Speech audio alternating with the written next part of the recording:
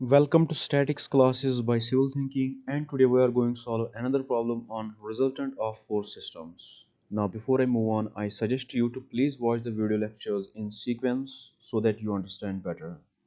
Now the playlist link is in the description, or also you can click on the pop-up on your screen. Now let's go on to the problem. A box is pulled by two forces as shown in figure. Now we have a box here shown in the blue rectangular box.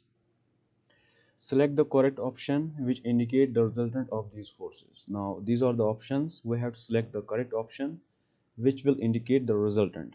Alright. Now according to the theorem of parallelogram law of vector addition, if you have two forces like this, okay,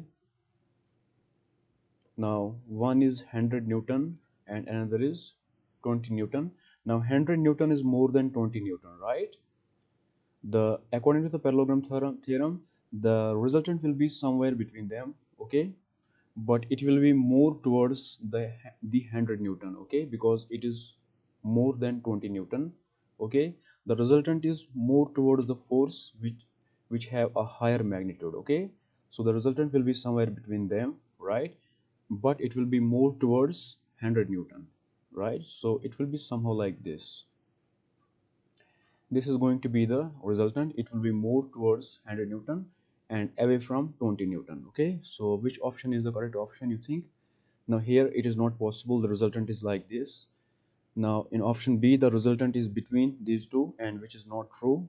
It would have been true if they are both equal, okay, then the resultant is between them. Now this is also not possible. Now option D is very much a possibility, because the resultant here is towards A, right? A force. A is 100 Newton.